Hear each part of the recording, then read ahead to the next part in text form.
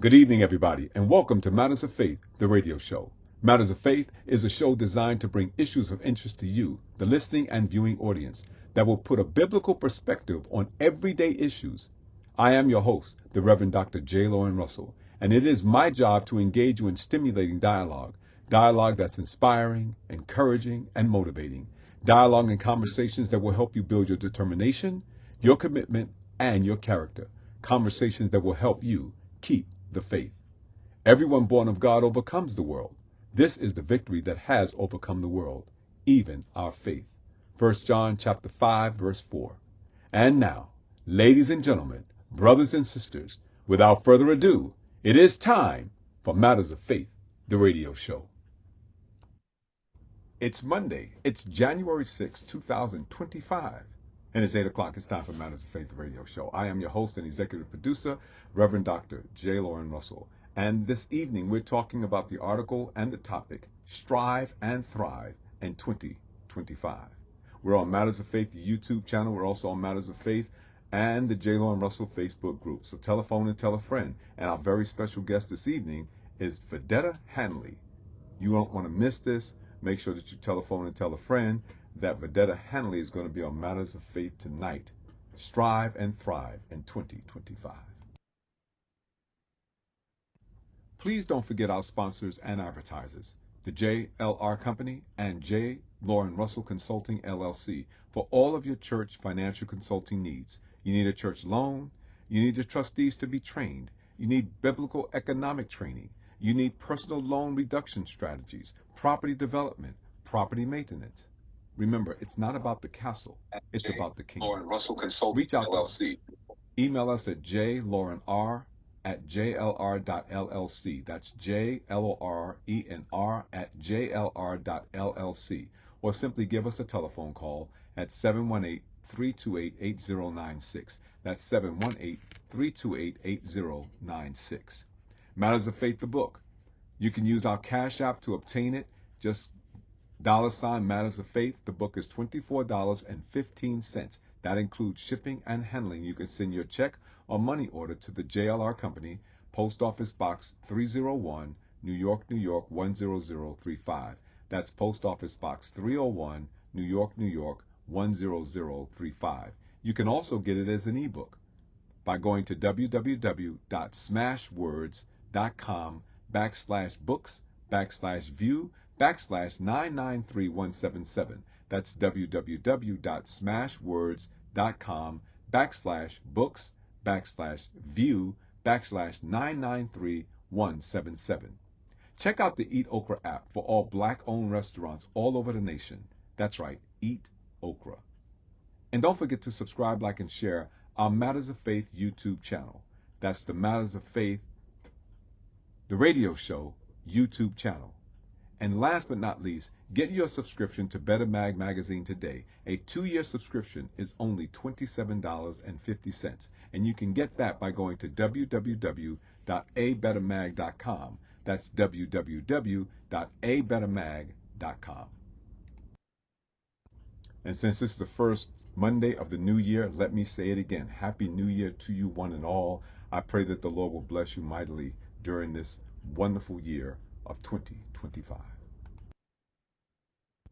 And now the article, Strive and Thrive in 2025. That article can be found in my column in the Yonkers Insider, www.yonkersinsider.blogspot.com. That's www.yonkersinsider.blogspot.com. It can also be found in Better Mag magazine, www.abettermag.com. That's www.abettermag.com. It's also carried in Pamela's Big Heart newsletter. Now, for many of you, you received the link directly from me. And in that case, all you have to do is open your email or your text and you'll find it there. Strive and Thrive in 2025. Colossians chapter 3, verses 12 through 17, New King James Version. This is a trustworthy saying, and everyone should accept it. This is why we work hard and continue to struggle. For our hope is in the living God, who is the Savior of all people, and particularly of all believers. Teach these things and insist that everyone learn them. Don't let anyone think less of you because you are young. Be an example to all believers in what you say in the way you live, in your love, your faith, and your purity. Until I get there, focus on reading the scriptures to the church, encouraging the believers, and teaching them. Do not neglect the spiritual gift you received through the prophecy spoken over you when the elders of the church laid their hands on you. Give your complete attention to those matters. Throw yourself into your tasks so that everyone will see your progress. Keep a close watch on how you live and on your teaching. Stay true to what is right for the sake of your own salvation and the salvation of those who hear you. Strive and thrive in 2025. Resolutions describe the things you promise yourself to do to become the person you have decided you are going to be. If your resolve is to exercise, the reason for it might be so that you can be more fit or to be a healthier person. It could be both. I made a resolution for this year as well. It was not physical, spiritual, or educational. My New Year resolution is to strive and thrive in 2025. Webster's dictionary says to strive is to put in serious effort or energy. According to that definition, striving does not guarantee a favorable outcome, but I can guarantee that it will yield better results than to dawdle.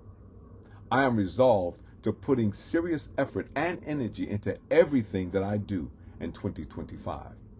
The second part of my 2025 resolution is to thrive or progress toward or realize a goal despite or because of circumstances. Thriving is also not a guarantee of the success you envision, but it does mean that you will flourish and grow luxuriantly. It means that you will be in a constant state of productivity. I don't know about anybody else, but I want to be, and I want my life to be the evidence of someone who is striving and thriving, which is recognized in Paul's encouragement to the people in the Colossian church. Personally, I am striving to be recognized as someone who has thrown himself into his task so that everyone will see my progress. I am striving to be someone who has kept a close watch on how I live and on my teaching. Someone who has stayed true to what is right for the sake of my own salvation and the salvation of those who hear me. I thrive when others embrace the encouragement and begin their own process of striving and thriving. Whatever 2024 was for you, it is now part of your memory, your past, a reference point which can be used to build you up or tear you apart. The choice is yours. I invite you to follow my lead and strive and thrive in 2025. Welcome to a new year. Be blessed. And now here's my question tonight. You might want to pay attention. In what ways can you strive to do the things you have resolved to do in 2025 so that your strive becomes your thrive? Let me ask that question again. In what ways can you strive to do the things you have resolved to do in 2025 so that your strive becomes your thrive?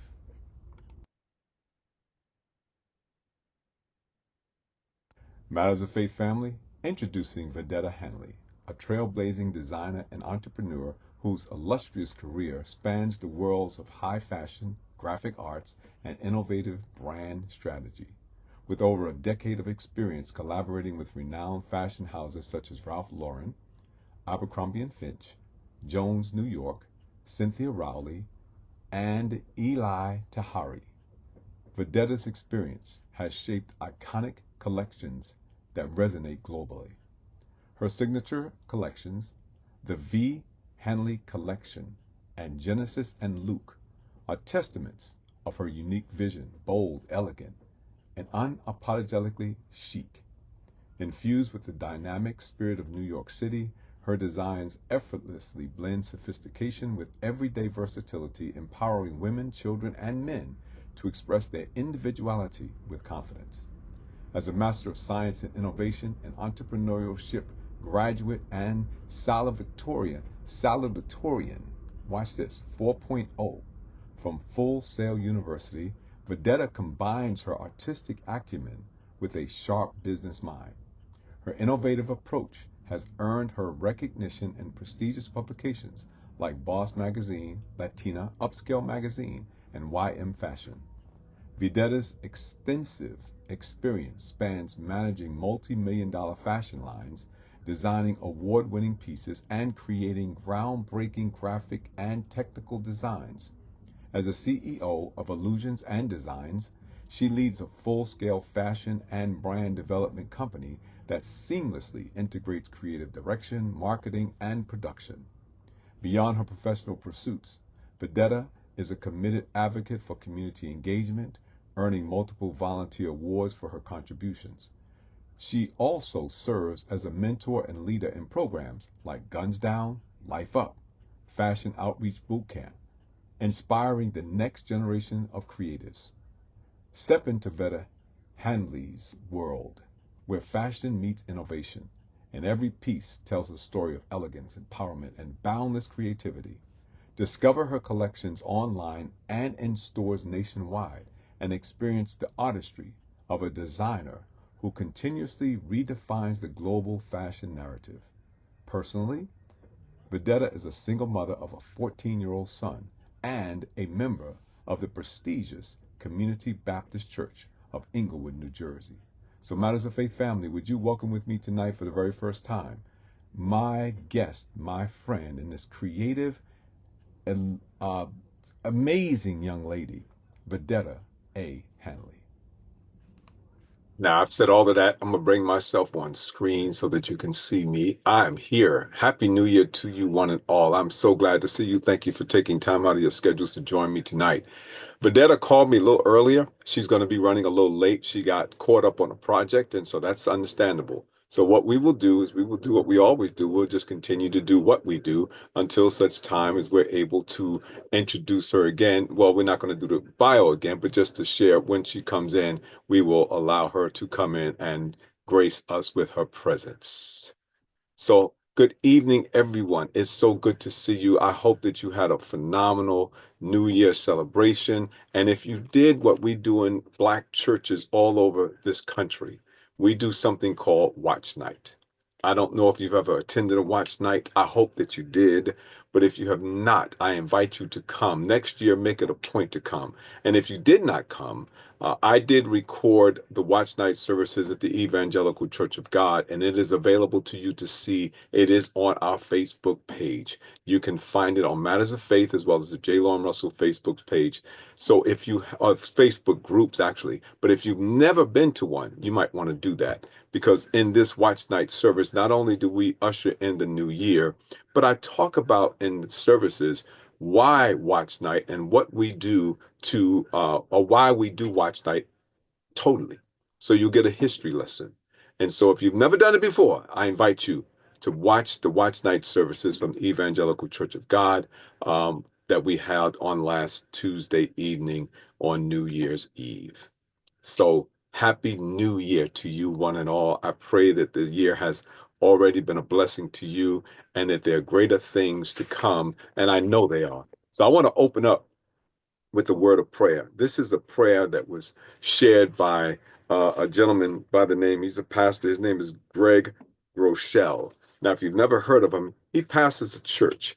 And his church is an interesting church. It's probably, it actually set the stage for what we are really dealing with now in a major, major way.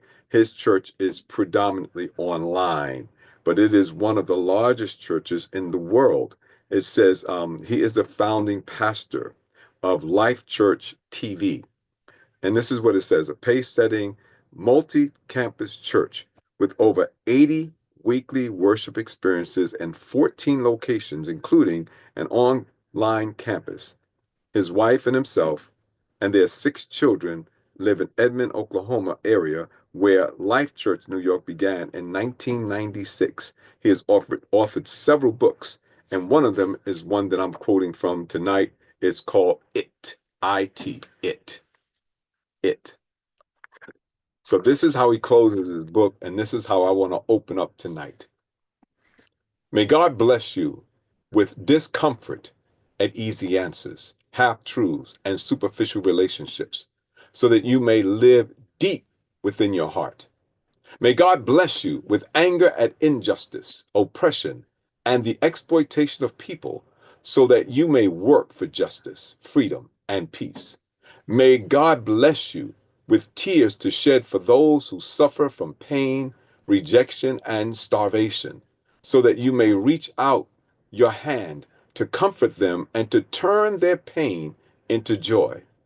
And may God bless you with enough foolishness to believe that you can make a difference in the world so that you can do what others claim cannot be done. That's it. Amen.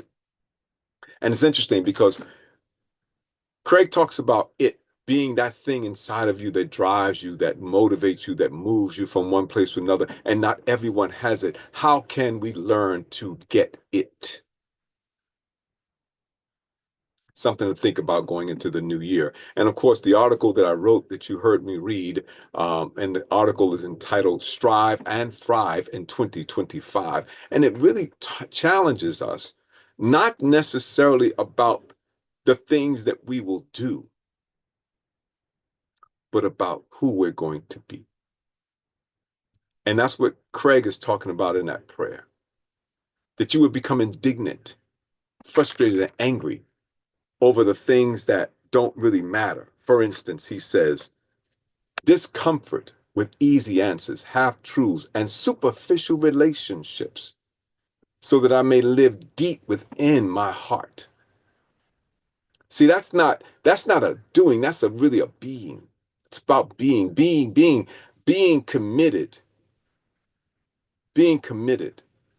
not to live with half truths, superficial relationships, or easy answers. He talks about being, the Lord blesses you with anger at injustice, oppression, and the exploitation of people, so that you may work for justice, freedom, and peace. Those are not doings, those are beings, because when you're being who you were created to be, you will not be able to tolerate those things. May God bless you with tears to shed for those who suffer from pain, rejection, and starvation, so that you may reach out your hand to comfort them and to turn their pain into joy. Just imagine what it would be like if you lived your life like that. And may God bless you with enough foolishness to believe that you can make a difference in this world, so that you can do what others claim cannot be done. Imagine for a moment living like that every day of your life, living like you can make a difference, living like you won't just accept mediocrity as an answer, that you won't accept a lackadaisical approach to anything, but you'll stand on the commitment, the resolve to be 100% of the time. It's hard to do that. I admit I fall short because, I'm like everyone else, I'm human. But I want to be that person. I want to do it on a regular basis. I want to do it all the time. And where I fall short, I ask the Lord to please forgive me, so that I can go forth and be the person that He created me to be. And that's what this whole idea about striving and then thriving in 2025. Strive and thrive in 2025. I hope you get that. I really, really do. Now, there was, Madeleine Albright. You remember her? Madeleine Albright, who was I think she was the Secretary of State at one point. She said something that was interesting about striving. She says, I was taught to strive, not because there were any guarantees of success, but because the act of striving is in itself the only way to keep faith with life. I think I want to repeat that so you get it. I was taught to strive not because there were any guarantees of success in striving, but because the act of striving is in itself the only way to keep faith with life. You got to keep pressing. You got to keep pushing. You got to keep putting forth your best effort. And it's not what you get from the efforts that you make, it's who you become. Now, this evening, we're talking about striving and thriving, or strive and thrive in 2025. Let's keep the rhyme going. But in order to do that, we got to make some commitments to ourselves. Not what you're going to do, but who are you going to be? My question tonight, my question was actually one that looked at not necessarily what you do, but who you are. In what ways can you strive to do things you have resolved to do in 2025 so that your strive becomes your thrive? And when you thrive, by the way, that means that you are now reaping the benefits of your work. You're reaping the benefit of your striving because now you're thriving. You're reaping the harvest. And the harvest may not be what you expect it to be, but it will be a harvest. Then the question becomes not what you do to get the results, but what do you do with the results? This is going to be a really good conversation tonight. And so I'm challenging you early to please, ma'am, please, sir, address this question for me. In what ways can you strive to do the things you have resolved to do in 2025 so that your strive becomes your thrive? So when we're striving, we're putting forth this effort, we're trying, we're working at it. Well, interestingly enough, your strive transitions to a thrive, not because of the things that you're gaining, but because of who you're becoming. That's deep. That's deep. The more you strive, the better you become.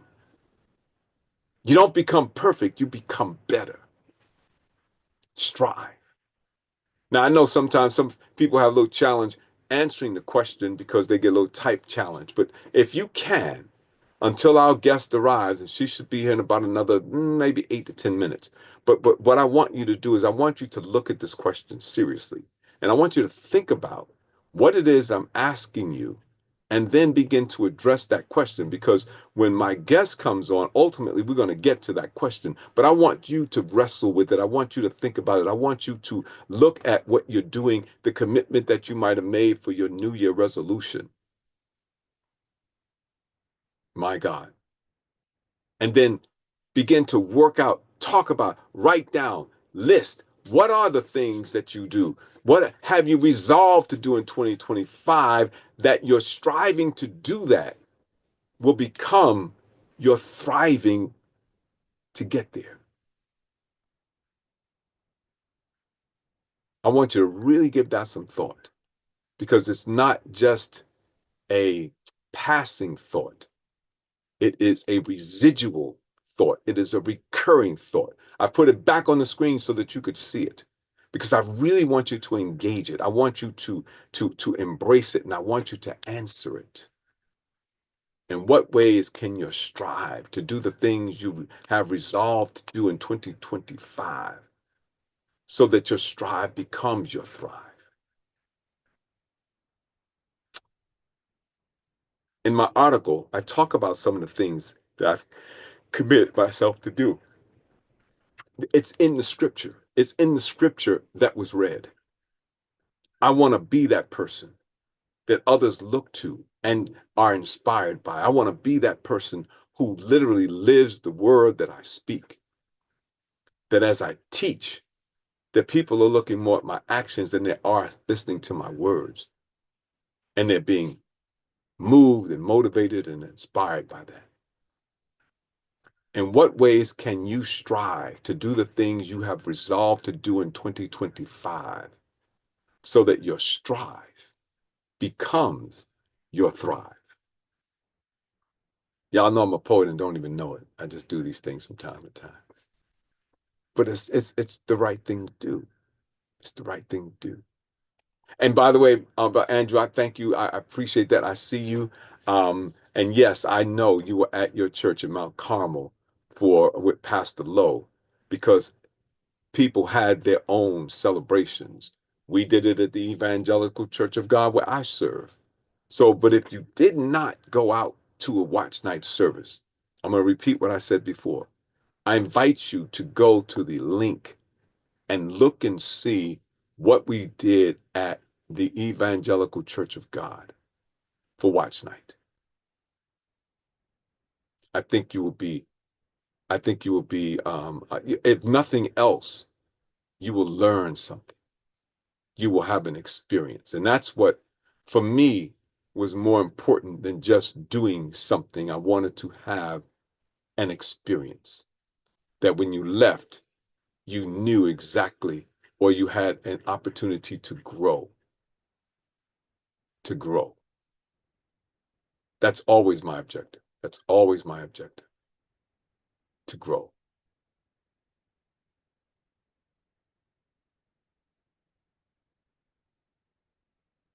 So we together on that? We good?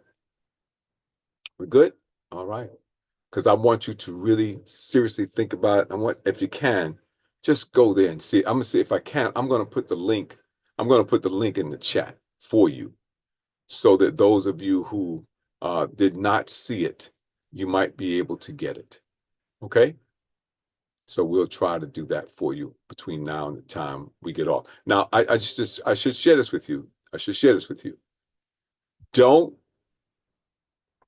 be discouraged because it doesn't come on right away. I waited. There was a pause in the beginning, so it didn't come on right away. It came on later. So don't be discouraged. Don't say I couldn't get on. Just wait. Be patient. Exercise your patience. And I did find it, so I just put it in the chat for you. Okay? So it's there for you and for your viewing pleasure. And let me know what you think once you've done that. Let me know what your thoughts are. Let me know if you've learned anything that you did not know before. Remember, Paul said, teach them and make sure that they learn. Teach them and make sure that they learn. If they haven't learned anything, then the question is, have you taught anything? So I want to be the person that I talk about, so that I'm a living embodiment of that which I'm encouraging you as my viewing audience who shares with me on a regular basis. If I say it to you, then I want to make sure that I'm doing it for myself, that I'm being that example, that I'm being that person. I hope that makes sense to you. I hope that makes sense to you. All right. So let's do now. I'm going to do a little something a little different here. I'm gonna switch over. I'm gonna go back for a moment because I know that my guest is Matters going to of be Faith here family. shortly, and so I'm going to invite her, or I'm going to reintroduce her. So I'm going to do that, and hopefully by the time it's through, she will have bounced in. Okay. So I want to share the screen again for you to see, and then I'm going to read her bio again so that you know who she is. And then perhaps by the time we're finished, you'll be in. Okay. So here we go. Here we go. Matters of Faith family, introducing Vedetta Henley, a trailblazing designer and entrepreneur whose illustrious career spans the worlds of high fashion, graphic arts, and innovative brand strategy. With over a decade of experience collaborating with renowned fashion houses such as Ralph Lauren, Abercrombie & Fitch, Jones New York, Cynthia Rowley, and Eli Tahari, Vedetta's experience has shaped iconic collections that resonate globally. Her signature collections, the V. Henley Collection and Genesis and Luke, are testaments of her unique vision, bold, elegant, and unapologetically chic. Infused with the dynamic spirit of New York City, her designs effortlessly blend sophistication with everyday versatility, empowering women, children, and men to express their individuality with confidence. As a Master of Science in Innovation and Entrepreneurship graduate and salutatorian, watch this, 4.0 from Full Sail University, Vedetta combines her artistic acumen with a sharp business mind. Her innovative approach has earned her recognition in prestigious publications like Boss Magazine, Latina, Upscale Magazine, and YM Fashion. Vedetta's extensive experience spans managing multi-million-dollar fashion lines, designing award-winning pieces, and creating groundbreaking graphic and technical designs. As a CEO of Illusions and Designs, she leads a full-scale fashion and brand development company that seamlessly integrates creative direction, marketing, and production. Beyond her professional pursuits, Vedetta is a committed advocate for community engagement, earning multiple volunteer awards for her contributions. She also serves as a mentor and leader in programs like Guns Down, Life Up, Fashion Outreach Bootcamp, inspiring the next generation of creatives. Step into Veda Hanley's world, where fashion meets innovation, and every piece tells a story of elegance, empowerment, and boundless creativity. Discover her collections online and in stores nationwide, and experience the artistry of a designer who continuously redefines the global fashion narrative.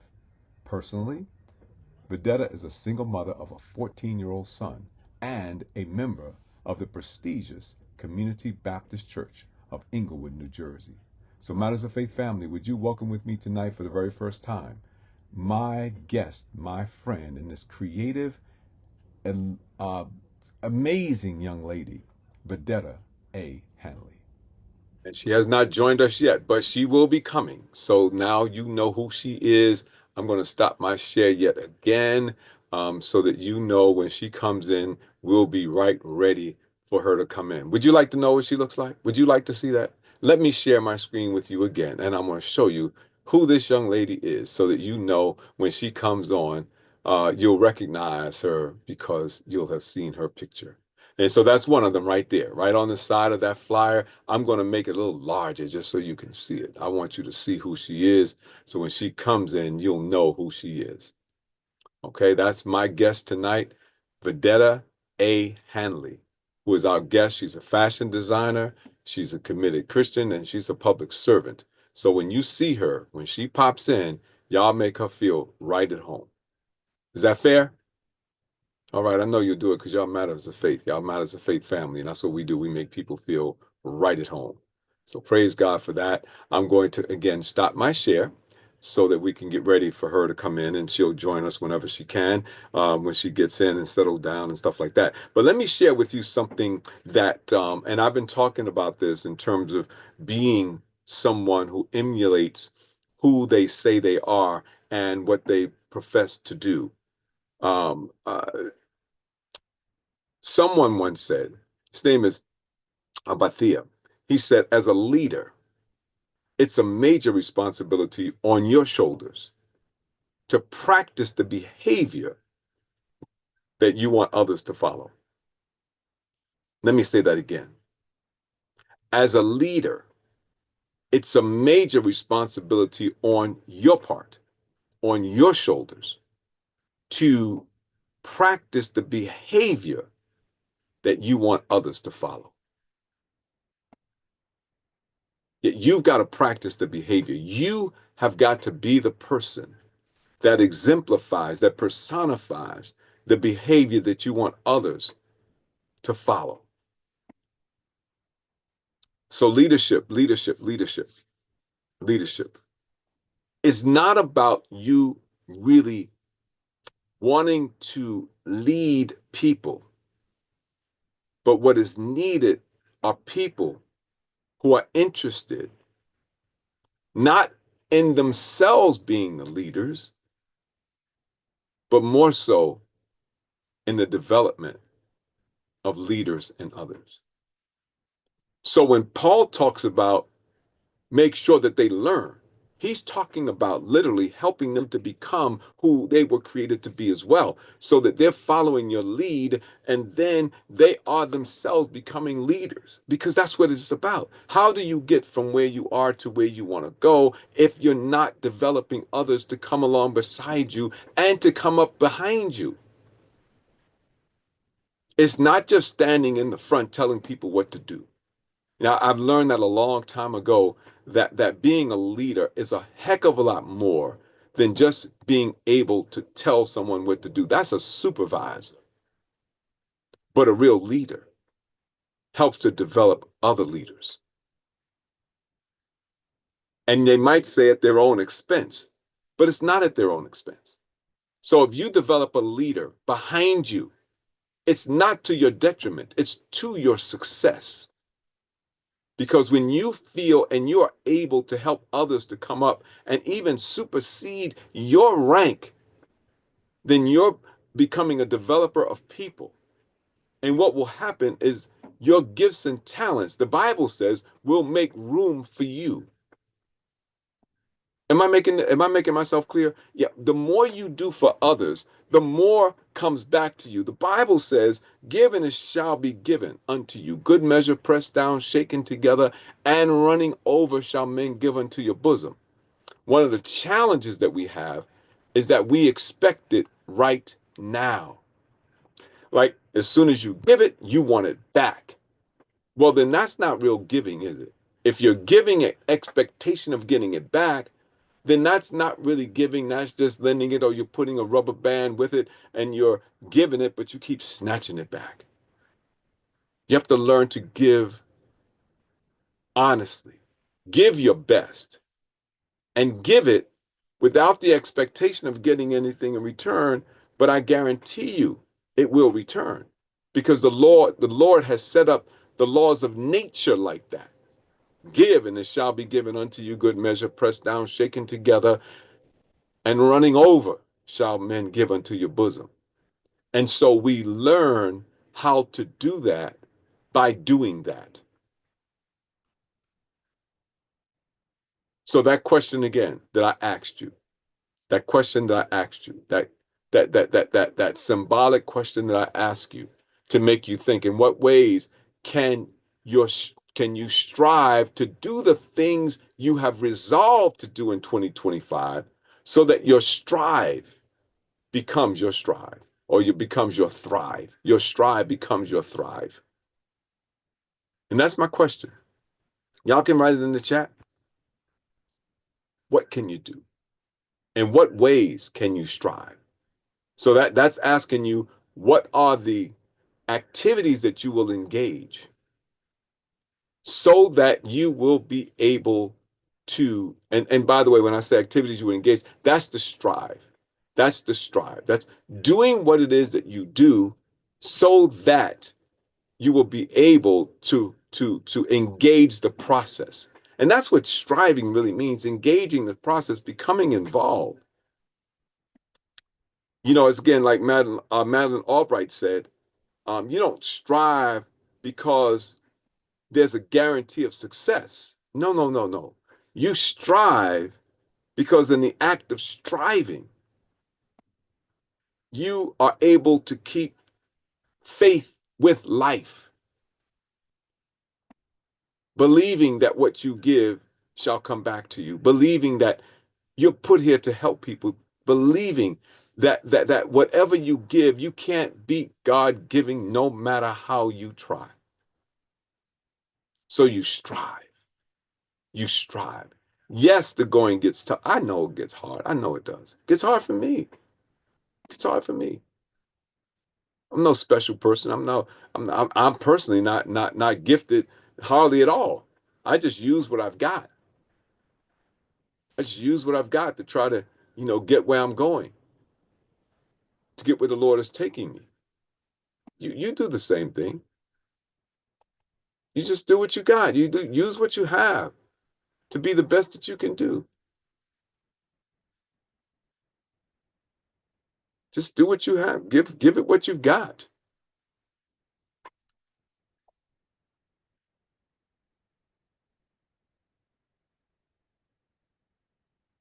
I mean, are you following me with this? I hope so. I hope you are. I hope you are. Because this is a great, great topic for all of us to consider. Who are you going to be? And then what are you going to do? Who are you going to be? And then what are you going to do? Who are you going to be? And what are you going to do?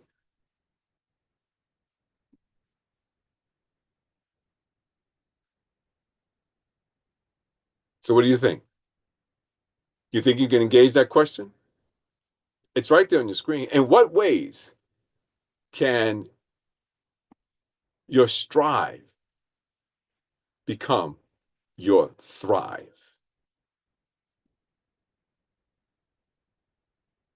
That's my question. I'm going to put the same question on the Facebook side because I want them to answer that question too. I want them to answer that question too. Um, we need to be in this together. We really need to be in this together. So I'm looking at all the pages and stuff, and um, my guest should be popping in any minute now. She said she was having some difficulty getting in, and I just sent her the link, so she should be able to jump on at any minute now, any minute. And then I'll introduce to Vedetta Henley. And I think I'm absolutely right on time because here she is right now. There she is. Hey, beautiful. How are Hey, you? how are you? I'm doing great. Thank you. How are you? I'm doing great. That's Good, good. good, We were waiting for you. I read your nice bio a couple of times, so everybody knows who you are, and they saw your lovely picture, so they know who to expect when you got it. And I asked them to give you a great warm welcome when you did, so I'm sure they're clapping their hands and all that. Hello, how are y'all? So good to see you. I'm glad that you came. I'm sorry about the little work, little work engagement that you had to engage, so you couldn't be with on time, but that's okay. I don't mind that at all. Gave me an opportunity just to open up and just say some things I needed to say. So let me ask you this question. This is a question I ask all of my guests. They know your bio because I've read it a couple of times, so they know it well. They know who you are. But tell us something about you that we don't know and we really should know. Hmm. That's a good question. So something, I think you already know that I have a son. Um, what else? Um, I'm from New York. I live in Jersey. Mhm. Um, spent some time in Maryland as well. I like to have fun. Oh, I love to dance. Oh, okay. What kind of That's one of dance my do you things. do? What do you like? Just well, I'm from the islands, so I definitely like, reggae, soca, but anything. Okay. Reggae, soca. You're from the islands. I didn't know that. Which island? Oh, St. Kitts Nevis. Okay, okay. St. Kitts. hmm Yeah. So I'm my not. mom, I was born here, and my mom came here. Okay, okay. And actually, another interesting fact, my grandmother actually came here as an aspiring fashion designer, Oh, and really? her uncle brought helped her get come here because he was actually here on a work visa. For sewing, as a master tailor. Okay. Did they ever do anything with it? Did they were able to get it off the ground or what happened? So what I learned recently was my family was actually, I mean, I'm a designer, just kind of like fell into it, Uh-huh. but I learned that I actually come from a long line of designers and seamstress and tailors. So the Hanleys, which is my last name, actually had their own shop in Nevis where they would make a lot of they were like one of the top businesses for weddings. They made tuxedos, brides dresses. So they were very like popular um, back then. And then unfortunately the British came, took over their land. You know how that goes. Mm-hmm, mm-hmm. And so then that's when my great great uncle found an opportunity in America. with his sewing skills. Interesting. So what drove you or what inspired you to begin designing? Was it because of the heritage or because you just felt this inclination? And you didn't know this. You said you found out recently, right? Yeah. I know my grandmother always sewed. Like as soon as my mom moved here, she made all my mother's clothes. So sewing was always a thing in my family, but I never really thought much of it other than that. Um, But how I found out about it was my aunt had did some research on, our family line, and that's how she found out about it. How I found out, like I actually am just a creative person. I just like being creative. So I'm good at graphics. I started out as a graphic designer, and I always say fashion found me because I literally don't know how I got into that industry. Literally, someone else called me. Like I didn't even apply. They called me. They're like, I have your resume. If you could pass this test, because we're looking for like, CAD artists, we'll hire you. And that's pretty much how I started in the industry. And then I went back to FIT Mm, for more classes after being in the industry for about like 2 years. But yeah, I always say the industry found me. I didn't find the industry.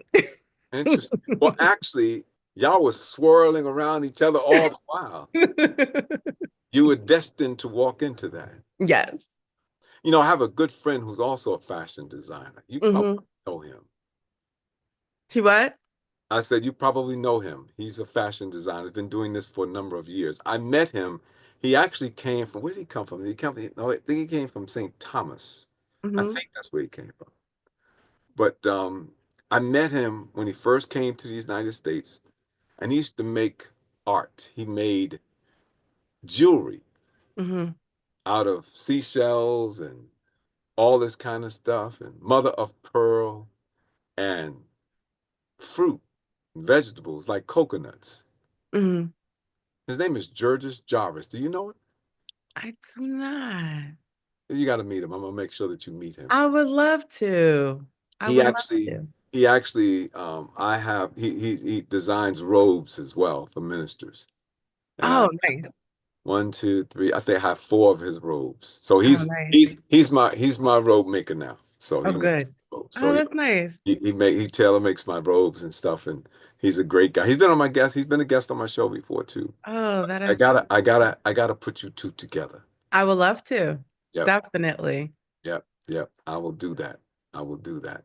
And by the way, Andrew is a good friend of mine. He's watching tonight. He says his mother comes from St. Croix. So Oh, nice. got some neighbors right here. That's a nice island too. It I've is. been visiting Troy.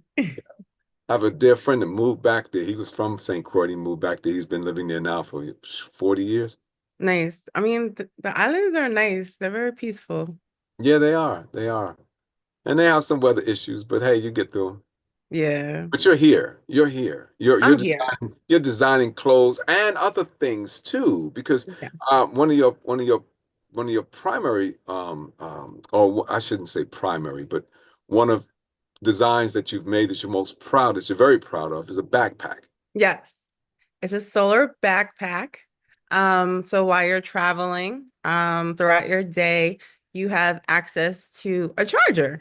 So the beauty of it is it does come with a battery pack, but while you're moving around, the solar panel charges the battery pack, but it could charge your phone at the same time. So it definitely gives you that flexibility.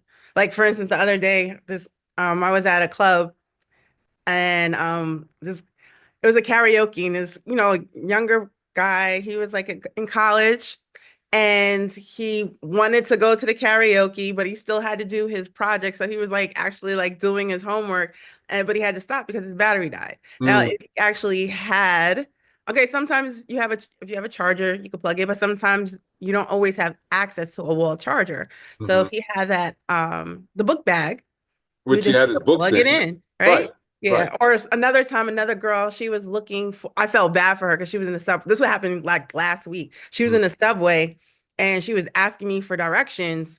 And I was like, well, Google it. Like, and she was like, I would, but my battery just died. And I'm like, dag, that sucks. But if she had her book bag, she wouldn't have had that problem. So yeah, it definitely solves some problems. Well, delays, because that's how I um decided to come up with that product is because I was actually doing a parade. Harlem, they were having their parade. And so, I'm taking pictures, I'm having fun, but I'm in the city. And then later on, I was gonna go to another function. So then like by like 3 o'clock, my battery done gone. And I'm like, wait a minute, I gotta go to this new function. But now I have to find a place to charge the battery. And then like even Starbucks, you can't charge it there anymore. So like I had to find like this, random mom and pop store, just buy something just to be, nice and just, borrow their plug just so I could get enough battery to know the address to go to the next place. And I was like, this is ridiculous. Hmm. So I came up with the bag. I designed the bag myself, designed the ports the way they're made myself, um, connected with the factory, and they helped me produce it. All right. So we're going to talk a little later on in the second half of the show. I want you to get that information together so that people will know how to order that bag that you designed yourself. So get all of that information together. So we'll get there so that they'll know. Because, even if they don't use backpacks, and some people don't, they don't use, Hmm. but those who do, and they're great gifts, particularly if you have younger people who are in school, because they're all going to use backpacks. They're all Yeah, going to use backpacks, and to be able to have one that you can use as a charger as well. So it's multifunctional and multi-dimensional, which is a great thing. So right. we'll talk about that. But talk to me a little bit, if you don't mind, Vanetta, about the inspiration that you had. And I know that you're a member of Community Baptist Church over in Inglewood, where our dear friend is the pastor.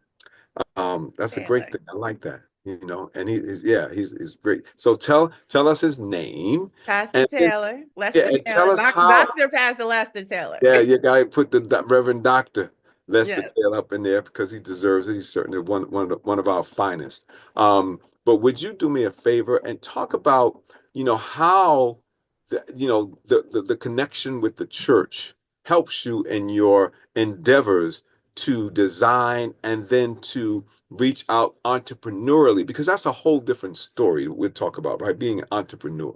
That's a different concept. That's a little more difficult because it's kind of, well, I wouldn't say easy, but when you go and you put your time in at the end of the week or two, you get a check. That's a sense of security.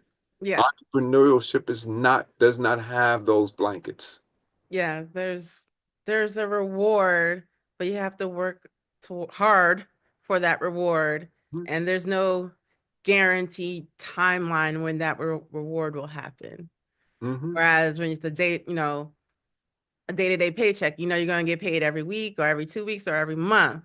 Mm-hmm. Whereas this, it's like, okay, you put the time in, you put the time in, and then it starts paying off. And sometimes it doesn't, And sometimes it doesn't. right? So But then how you got to pivot. well, that's a part of the plan, right? So talk about the inspiration that you get a community and how that has helped you in your endeavors as an entrepreneur. Absolutely. So when I go to church, I really like going to listen to Pastor Taylor because what I like about him is no matter who you are, he finds a way to relate to you. So, like, you could be 75 years old or 10 years old. You could be a man, a woman, rich or poor. But somehow, when you walk out of church that day, you're like, he was talking to me. He just has that way of relating to people. Um, so that's why I really like him. I find Pastor Taylor in himself not to be so judgmental, which I find a lot of Christians in general tend. No, I'm not going to generalize that. Some Christians are very, they feel like this is the way a Christian should be, and you should follow that. And he does say, like, there's multiple paths. I mean, there are definitely some wrong ways, but he's not like you got to do this way and it's only this way. So he's very like that's I kind of like that about him.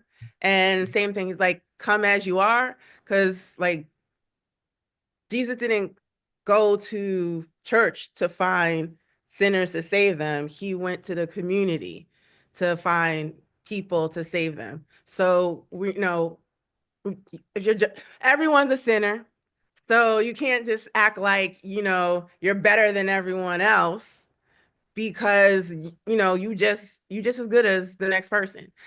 Like he has this saying, oh, like a peacock. I know I'm saying this wrong, but I Mhm. know he has this thing like a peacock, how beautiful they are. Mhm. But he's like, but when you look at their feet, they're all the same. They're all walking in peacock, peacock stinky.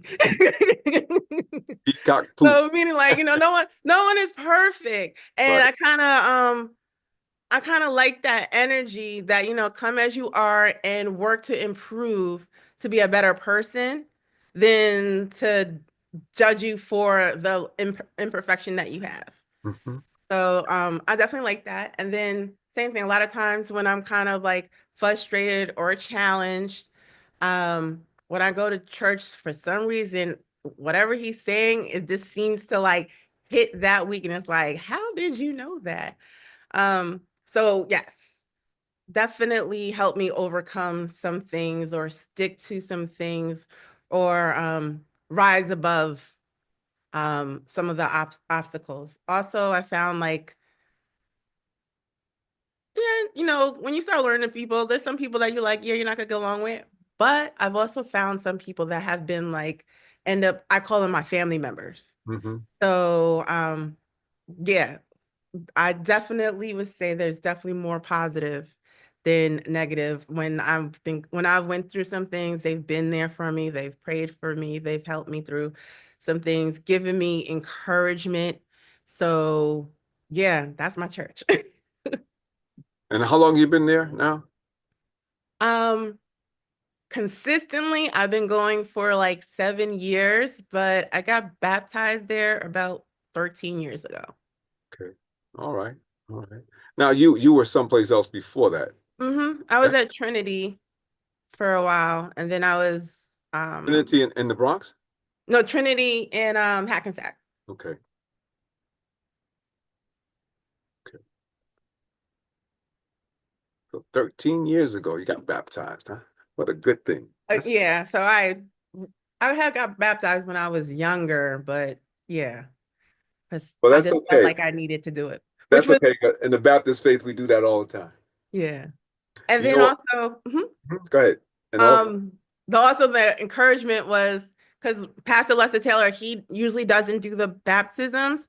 A long time ago, he doesn't do it anymore, but he used to at least do it on the first Sunday of the year. So I did it on the first Sunday of the year. So he baptized me. got you. Got you. So he does it on the first Sunday, and there, of course, the other ministers do it. Yeah. Okay. All right. All right. All right. So you waited, huh? Um, Or it just came yeah, it like just felt right. That was just an extra initiative, incentive, I mean. that. Okay. Okay. Well, that's a good thing. though. I like that. I like that. And by the way, I was going to say to you that, being baptized again, hmm not an issue. And the reason is because, during the Protestant Reformation, when we broke away from all Protestants, all churches that are not Catholic are Protestant. They're hmm Protestant. And hmm they broke away from the Catholic Church. Now, you Bible scholars can correct me if I'm wrong. Broke away from the Catholic Church. And the first group were called Anabaptist, A&A Baptist. Oh, okay. And what they did was they rebaptized everyone because hmm in the Catholic Church you're baptized as an infant, Yeah. and that was the big rift because as the Bible says that you confess with your own mouth, and it's a believer's baptism, Right. right? So we don't baptize infants in the Baptist faith, and many other Protestant faiths they don't do President. that Yeah. either. So you Most had likely. to be baptized based upon your profession of faith. hmm And so everyone was rebaptized Mm. who came into this new walk of faith. that everyone was rebaptized. And so in the Baptist church, in the Black Baptist church, a lot of children get baptized young, Mm-hmm. like you did, and Mm-hmm. they get baptized, but they don't really know why. Right. Now they may, you kind of know, but you really don't know, right? And Right. so as they get older, they say, I did, but now I know why, and I want to Right. do it again. And Right. so, and that's not a problem. In fact, it's a wonderful thing because it really just reconnects you with the faith that you had, and it kind of bridges a gap that you have in your life and takes you back. You know the song that we sing, "Take Me Back to When I First Believed." Well, it takes you back to that, and you say, "Oh, now I understand what I did." And so you get it twice. You get a double dunk. Yes. That's good. I like that. I like that. That's good. That's a good story. So why don't we do this? Why don't we use that as a segue? Mm-hmm. And let me do this. I'm going to ask you if you would just turn your camera off for a moment. I'm going to turn mine off. And what we're going to do is we're going to go into the second half. I want to read the article again so everybody's aware. I want to recognize my sponsors and advertisers. And I want to challenge everyone with the question that we placed on the screen that they're going to answer so that we can begin to bring in their comments to that question into our conversation. Okay. Okay, so they're not going to be flies on the wall. They're going to be participants, but they're going to be participating by answering the question, or they may pose their own question, or they may pose another question, or they may make a statement, but we're going to bring their conversation into our conversation so that we will do it together. How's that? Got you. Sounds good. Good. So let me share my screen and we will now go from there. So there we go. That's you and I. That's you and I. Got you. Please don't forget our sponsors and advertisers, the JLR Company and J. Lauren Russell Consulting LLC, for all of your church financial consulting needs. You need a church loan, you need the trustees to be trained, you need biblical economic training, you need personal loan reduction strategies, property development, property maintenance. Remember, it's not about the castle, it's about the kingdom. Reach out to us. Email us at jlaurenr@jlr.llc. That's JLORENR@jlr.llc. Or simply give us a telephone call at 718-328-8096. That's 718-328-8096. Matters of Faith, the book. You can use our Cash App to obtain it. Just $ Matters of Faith. The book is $24.15. That includes shipping and handling. You can send your check or money order to the JLR Company, Post Office Box 301, New York, New York 10035. That's Post Office Box 301, New York, New York 10035. You can also get it as an ebook by going to www.smashwords.com/books/view/993177. That's www.smashwords.com/books/view/993-177. Check out the Eat Okra app for all black-owned restaurants all over the nation. That's right, Eat Okra. And don't forget to subscribe, like, and share our Matters of Faith YouTube channel. That's the Matters of Faith, the radio show YouTube channel. And last but not least, get your subscription to Better Mag magazine today. A 2-year subscription is only $27.50, and you can get that by going to www.abettermag.com. That's www.abettermag.com. And now the article for the last time tonight, Strive and Thrive in 2025.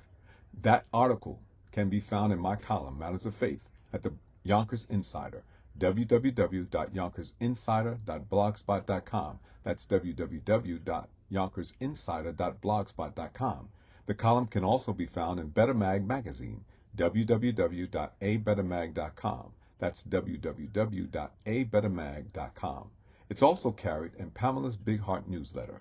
And of course, many of you received it directly because I sent you the link directly either by email or by text.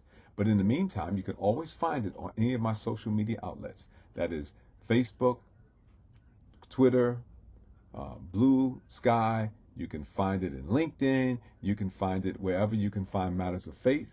You can find it there. Strive and thrive in 2025. Colossians chapter 3, verses 12 through 17, New King James Version. This is a trustworthy saying, and everyone should accept it. This is why we work hard and continue to struggle. For our hope is in the living God, who is the Savior of all people, and particularly of all believers. Teach these things and insist that everyone learn them. Don't let anyone think less of you because you are young. Be an example to all believers in what you say, in the way you live, in your love, your faith, and your purity. Until I get there, focus on reading the scriptures to the church, encouraging the believers, and teaching them. Do not neglect the spiritual gift you received through the prophecy spoken over you when the elders of the church laid their hands on you. Give your complete attention to those matters. Throw yourself into your tasks so that everyone will see your progress. Keep a close watch on how you live and on your teaching. Stay true to what is right for the sake of your own salvation and the salvation of those who hear you. Strive and thrive in 2025. Resolutions describe the things you promise yourself to do to become the person you have decided you are going to be. If your resolve is to exercise, the reason for it might be so that you can be more fit or to be a healthier person. It could be both. I made a resolution for this year as well. It was not physical, spiritual, or educational. My New Year resolution is to strive and thrive in 2025. Webster's dictionary says to strive is to put in serious effort or energy. According to that definition, striving does not guarantee a favorable outcome, but I can guarantee that it will yield better results than to dawdle. I am resolved to putting serious effort and energy into everything that I do in 2025. The second part of my 2025 resolution is to thrive or progress toward or realize a goal despite or because of circumstances. Thriving is also not a guarantee of the success you envision, but it does mean that you will flourish and grow luxuriantly. It means that you will be in a constant state of productivity. I don't know about anybody else, but I want to be, and I want my life to be the evidence of someone who is striving and thriving, which is recognized in Paul's encouragement to the people in the Colossian church. Personally, I am striving to be recognized as someone who has thrown himself into his task so that everyone will see my progress. I am striving to be someone who has kept a close watch on how I live and on my teaching. Someone who has stayed true to what is right for the sake of my own salvation and the salvation of those who hear me. I thrive when others embrace the encouragement and begin their own process of striving and thriving. Whatever 2024 was for you, it is now part of your memory, your past, a reference point which can be used to build you up or tear you apart. The choice is yours. I invite you to follow my lead and strive and thrive in 2025. Welcome to a new year. Be blessed. And so here's my question again for the last time tonight. In what ways can you strive to do the things you have resolved to do in 2025 so that your strive becomes your thrive? Let me ask that question again. In what ways can you strive to do the things you have resolved to do in 2025 so that your strive becomes your thrive? Well, Matters of Faith family, you know a little bit about my guest already because you've heard her speak. You've heard her bio. But let me show you and tell you some things about her so that you'll get a better idea of how rounded she really is. She is a social butterfly. So there you see her with Senator Cory Booker. She is a celebrity of her own, and she hosts her own broadcasts. That's why she's doing so well tonight. She is an extraordinary designer. So you see her with her own designs, her own fashion designs, and her premier production, which is a backpack that you absolutely need to get. And then, of course, you see her V. Hanley Collection logo. So she's creative in that way. She's also very smart. So she was a salutatorian at her graduation with a 4.0 GPA. But the proudest thing that she is to be the mother of a 14-year-old who watched this, who also made the honor roll. So he's a chip off the old block. So would you welcome with me for the second half of this broadcast tonight, my very special guest, Videtta Hanley.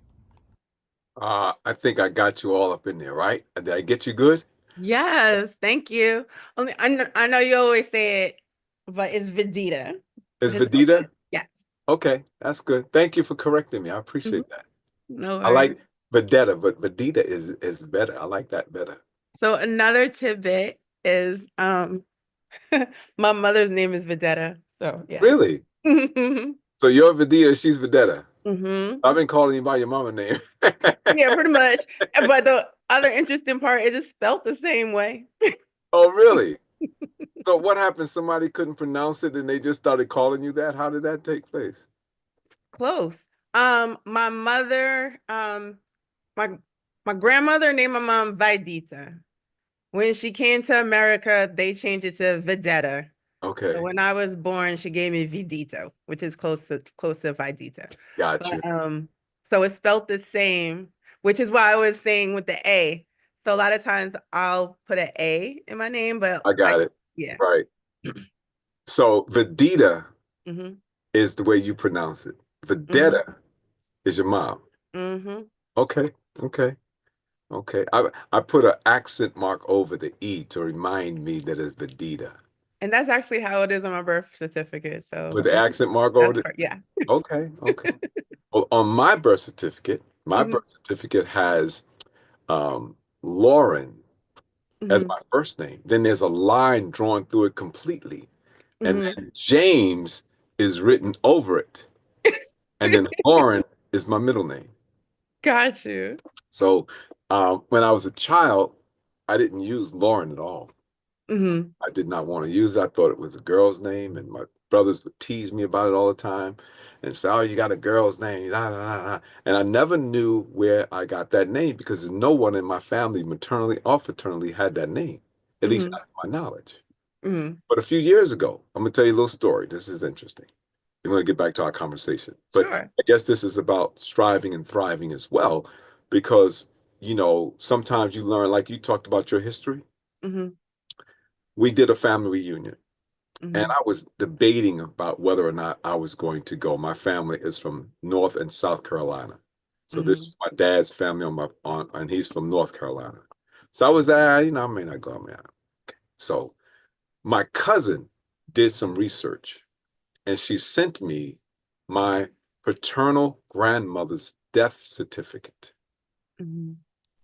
I looked on my grandmother's death certificate and found out more about me than I ever knew in my life. First, Wow. I found that my my grandmother died at the age of 32. Oh, wow. That's young. Very.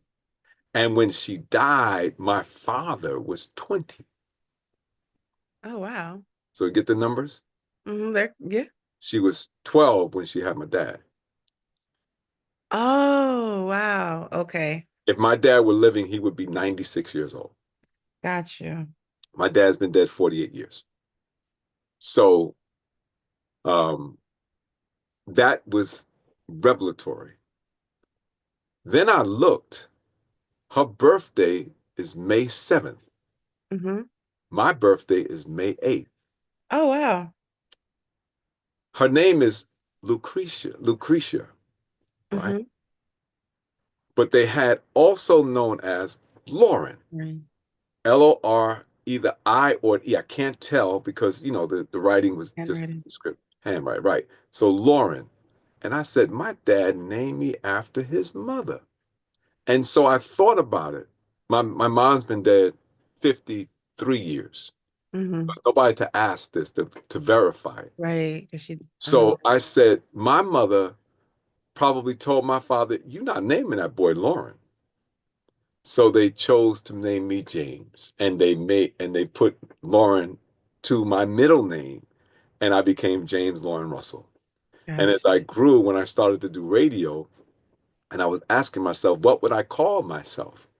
Mm-hmm. James Lauren Russell, J. Lauren Russell, James L. Russell. What was I going to say? And I said, J. Lauren Russell. I said, a minute, let me say it again. J. Lauren Russell. J. Lauren Russell. I said, that has a ring to it. I think I'm going to start doing that. And that's what I started to do. And so from there, in my career, I worked at an insurance company, and I was pretty successful.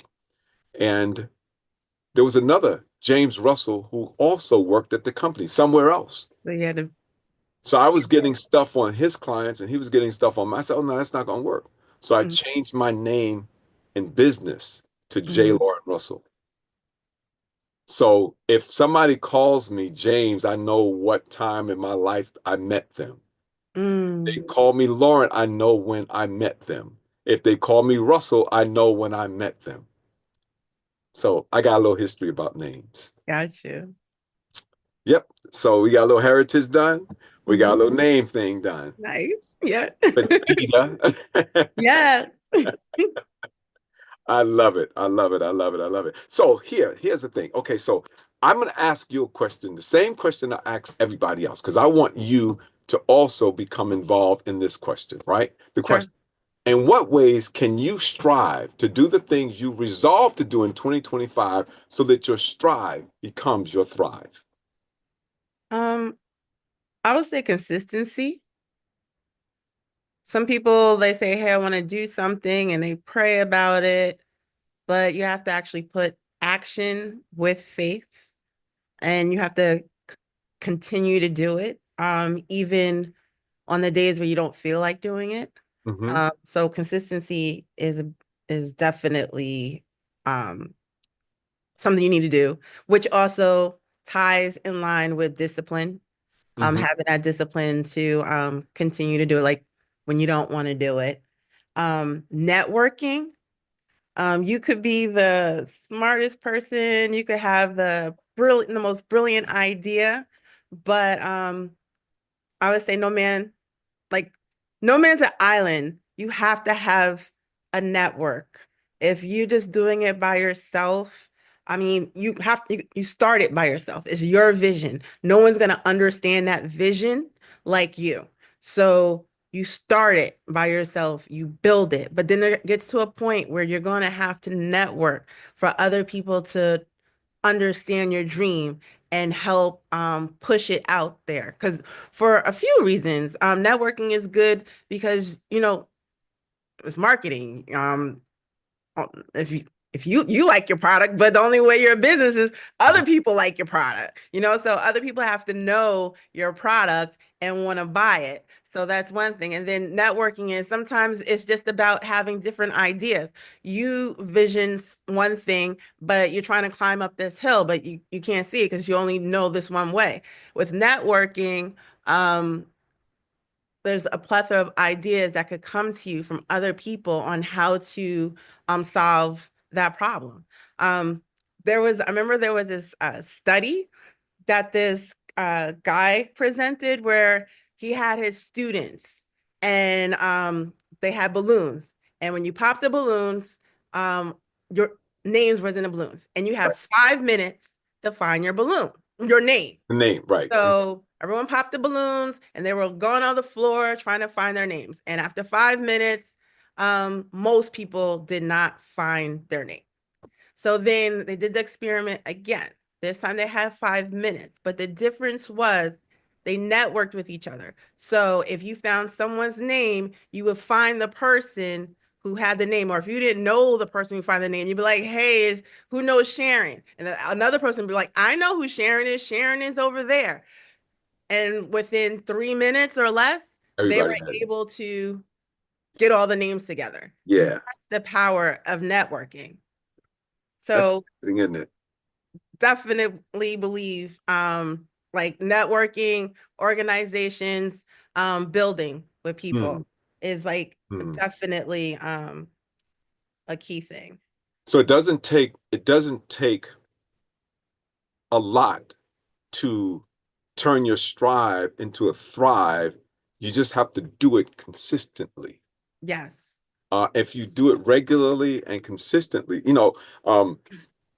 success is an interesting thing because first of all, there is no definitive definition for success. It is whatever the person who calls it that is looking to achieve. So, but one thing is for sure, it's not based on your education. It's not based on your position in life. None of those things are that important. What matters is how persistent are you? And will you keep going when times get tough? Because most people will quit long before they get to the point that they can succeed at whatever it is that they're doing. Mm-hmm. And a person who has achieved success in life, whatever that word success means, I guarantee you, they have failed more times than a person who has no quote unquote success was even willing to try. Right. You gotta Exactly. keep going. You gotta No. keep you gotta keep not gotta keep it. Gotta keep at it. Water wears down mountains, Mm-hmm. not because the water is strong, but because it's consistent. It just keeps doing it. It just It got. just doesn't stop. So, the same thing with us. If we are to be the person, and this is what I said before you got on, it's not about the achievement of the goal. It's who you become in the process of going for the goal. Mm-hmm. The more you do, the more you engage, the more you transform into the person that you want to be. You may not ever reach that goal that you set because that may not be the place that you're supposed to get to. Mm-hmm. But who you become in the process is the real key. That's true too. But also, I feel like when it comes to success, um, you have to kind of have your vision, but also listen to your audience as well. I mean, if you're building a product that just doesn't relate to people at that Mhm. moment, doesn't mean that it's not the product for you. It just means that at that moment, Right, um, right. you may have to pivot and knowing when it's time to pivot or when it's time to push forward. Discernment, I think, is a good one. Hmm. Knowing discernment in general, knowing when to pivot, knowing when to push forward, knowing it's time to like, okay, maybe I need to just take a break for this moment. Um, Discernment, knowing like, because some like especially for entrepreneur, you're going to run into people because like I said, it's about networking. You can't do this by yourself. So you're gonna possibly have investors, possibly have partners, possibly have to hire people. So having discernment, knowing who's actually good for you, who's in your corner. Some of the biggest companies, their demise have actually been just from the inside. Jealous partners, things like that. So just having discernment and having positive people around you, because that's also another thing. The biggest dream killer Hmm. is telling people around you that don't believe in you, Hmm. because they will be like, "Oh, that will never work. I've never heard of that. That's not gonna happen." But if you surround yourself with those people, even if you're like, I know I could do this, I know this could do this, every time they say it's not gonna work, it's not gonna work, it starts chipping at Hmm. your head subconsciously. Hmm. And you start doubting yourself. Even though you're saying, I could do this, I could do this. In your head, it's like, can I really do this? Because every day they keep telling me I can't. Um, Hmm. so surrounding yourself with positive people, like-minded people. They always say the five people who you surround yourself with is who you are. And you're like, okay, these are my friends, and you keep your best friends no matter what their situation is, but you can also elevate and find new friends with the goals that you would like to have in mind in the future. Because if you're an entrepreneur and none of your friends are entrepreneurs, they're just simply not gonna understand you. They're just like, why are you doing this? Like, I got my check, I collect my check every day. Why are you doing this? But then when you start making more money than them, they're like, oh, but no, still, even with that, because sometimes as an entrepreneur, you make a lot of money, but you also sometimes putting a lot of hours to make that money as well. So same thing that it's like, girl, I got my 9 to 5. Why are you doing this? So I think another big thing about being an entrepreneur and striving is what is your why? Because good or bad, because when you're successful, you're still gonna have challenges. Like money comes, like more money, more problems. So when you're at your low, you're gonna have to know why. And then when you're at your high, you still got to know why, because sometimes it gets so crazy. Like, why am I doing this? So you have to always know what your why is, what your vision is, and that keeps you focused. So if you know why, Hmm. then what you do becomes very simple. But if you don't know why, what you do doesn't matter. Yeah. And you can be scattered pretty easily. Yes. So once you understand who you are and your because it all kind of boils down to that thing, this purpose. What are we here for? What are we supposed to do? And then whatever it is that you're doing, right? Be it designing. I mean, I do this production. I do this show every week, right? I do this. I've been doing this for over 10 years, right? It's something that I dreamt about as a child. Not necessarily in the same format that we're doing, but I wanted to do radio. And I've done radio. I've done radio with music and all that kind of stuff. I was a DJ. In the hip hop era, I was the DJ. I did that. But this is probably closer to what I had in my spirit, not in my head, but in my Hmm. spirit. Because in my spirit, I've always wanted to help people to be better. I've always wanted to do something to help them to become. And so this is that in reality. Hmm. I used to do a radio show Hmm. called OPP, What did the other people, OPP mean? other people's problems. Okay. And I would talk about the different issues that people are going through, and I would have guests. So it was, in this show actually is a takeoff on that because we have guests and we talk about what you're doing is. And so what we do is then we layer it with spiritual and biblical principles that can help us, because I found out in my life doing the many things that I've done is that all of these motivational books that I have so many of that I used to read all the time, that they just plagiarized the Bible. Because in the Bible, it tells us how to do all of that. Yes. And then it has a component, a layering of it that allows you to be connected with the eternal, that which will never die. It will never Mhm. pass away. It will always be there. And you can't fail because you can't. I ask the question all the time, what would you dare to do if you knew it would be impossible for you to fail? What I'm doing now. Right? See, that's when you come purposeful, right? Because you say, you know what? I'm going to do it because I know I can't fail at this. And when Hmm. you look at your background, when you look at your history, you have all of the tools that you need.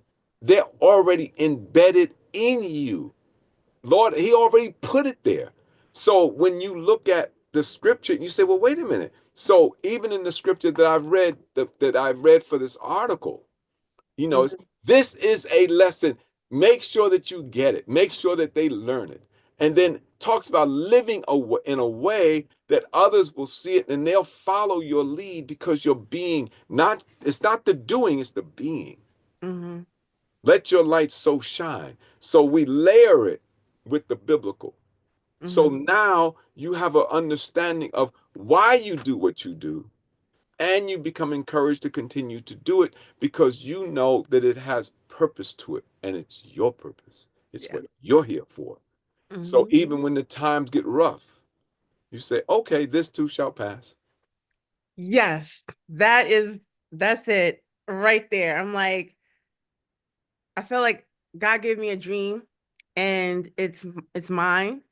And as they say, God shall not lie. So I may have obstacles, but I will overcome them too. Which was also interesting because I remember this Sunday, Pastor Taylor was talking about the story about the leopard with the bed Yep. Yep. and how.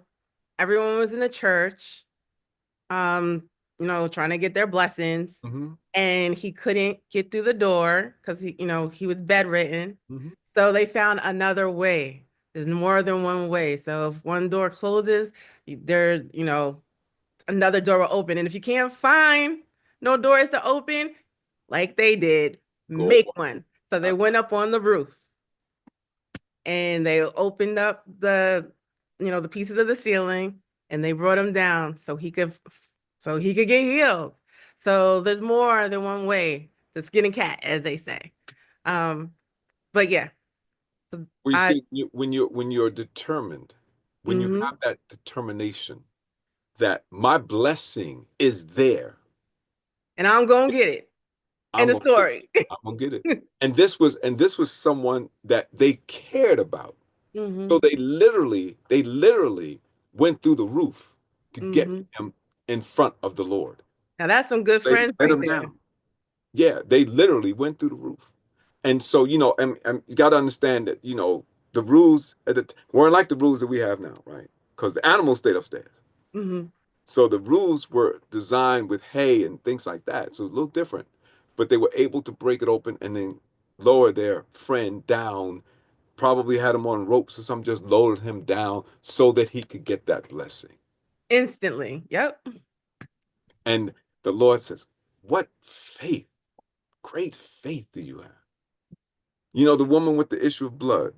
That was the first sermon I preached, was about this woman with the issue of blood. Do you know that Jesus never saw that woman?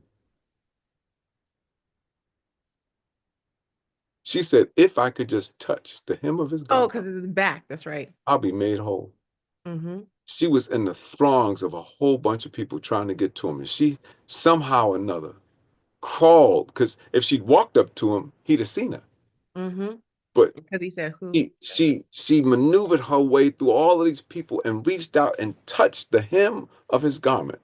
Little tassel, right? Like the tassel on your graduation cap when you graduated to 4.0. Touched the tassel. And suddenly Jesus says, who touched me? And the disciples said, what are you talking about? All these people around you? And you're saying, who touched? How do we know who touched you? He said, how do you know that somebody touched you? He said, because I felt virtue coming out of me, which means that her faith had drawn the virtue out of Christ into her, and she was healed instantaneously. And he said, go your way, daughter. Your faith has made you whole.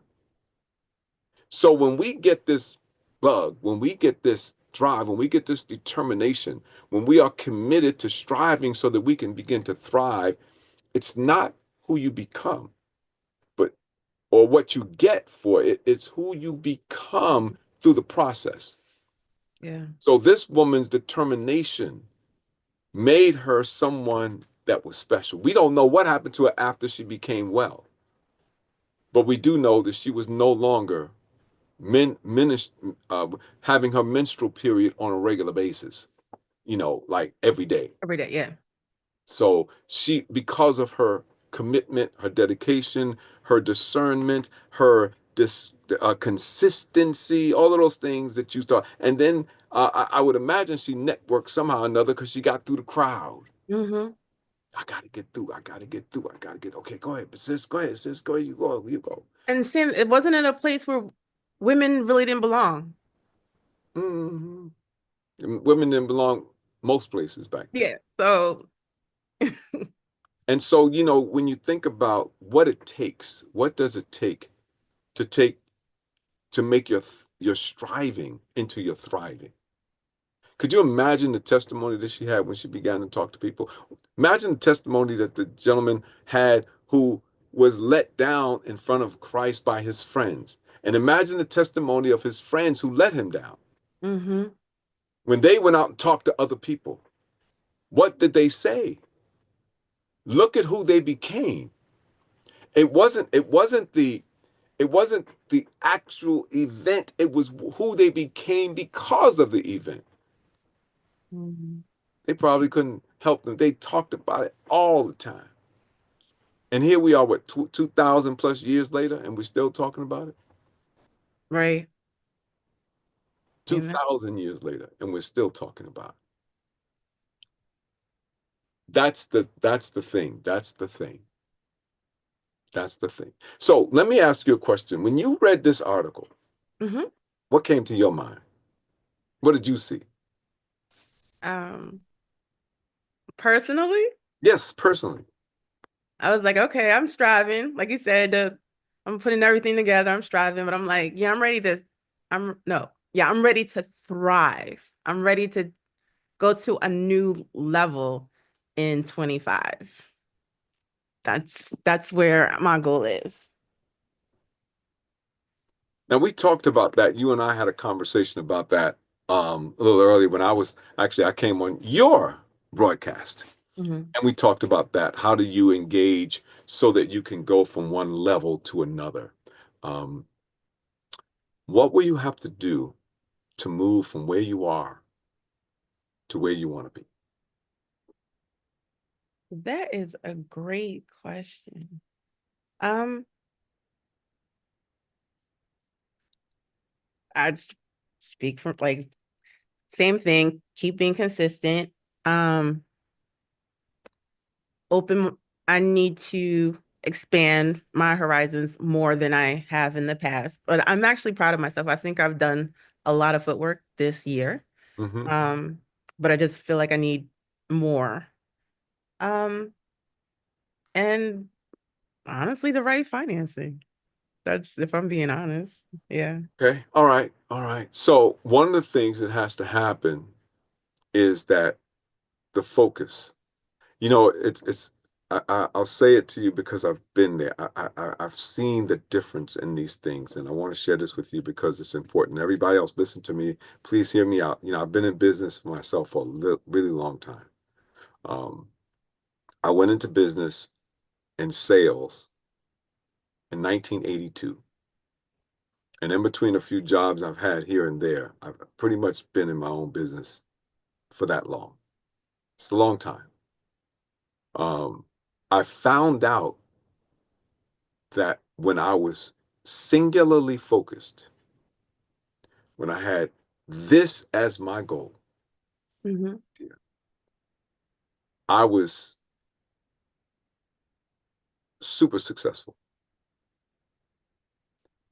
Nothing stood in the way. I was not I was not distracted. I was singularly focused. And everything came together to make it work. It's difficult to do that from time to time because we're pulled in so many different directions. I remember there was a stretch of time I did not read a newspaper. I didn't watch the news. I didn't, necessarily go to a movie.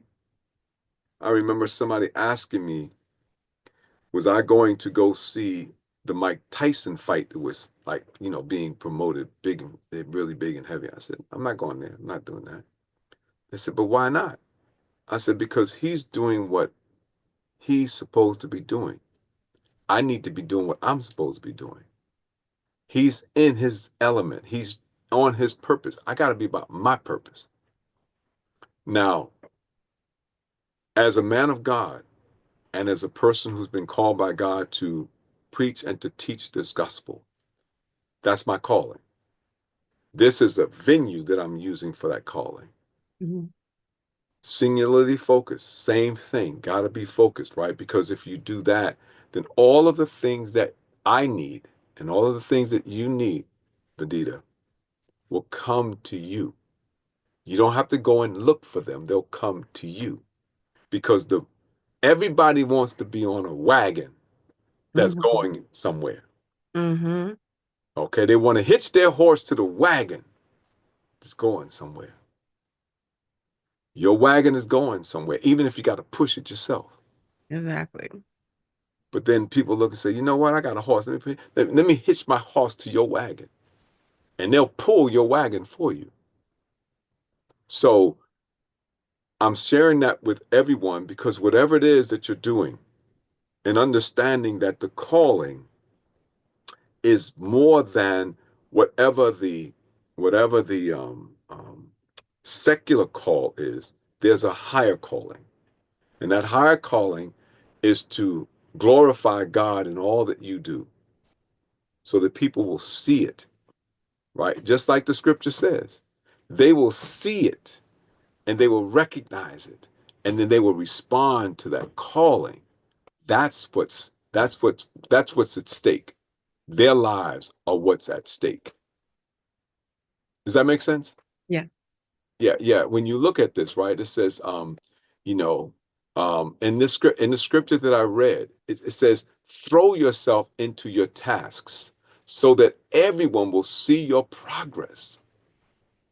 Keep a close watch on how you live and on your teaching. Stay true to what is right for the sake of your own salvation and the salvation of those who hear you. So when you have that singleness of purpose and that singleness of direction, then you'll become a magnet. Everything that you need will just come. But you got to have that patience. Mm-hmm. Got to have that determination. Mm-hmm. You got to have that stickability. Mm-hmm. Got to have that consistency. Mm-hmm. Because when something goes wrong, and I guarantee you it'll go wrong, what Mm-hmm. do? You gotta stand. Can't give up. Push Yep, forward. yep, yep, yep, yep, yep, yep. Is your mom still around, right? Yes, thank Yeah. God. So does she tell you that frequently? Um, You gotta keep pushing, gotta keep going. yes, I'm thankful. Right now she's one of my biggest cheerleaders. Mm. Like I said, you have to have that support. If I'm being honest, it wasn't always like that, and sometimes because it wasn't always like that, you doubt yourself. But a blessing now, she has definitely has been one of my number one cheerleaders, especially once I chose to go to get my master's, Mm-hmm. um, which I think getting my master's definitely changed me as a person. Mm-hmm. Mm-hmm. Um, and my mother, she's a great proofreader. So Mm-hmm. she actually proofread a lot of my papers. And so I feel like during that time as I evolved, she also evolved and understood my vision better.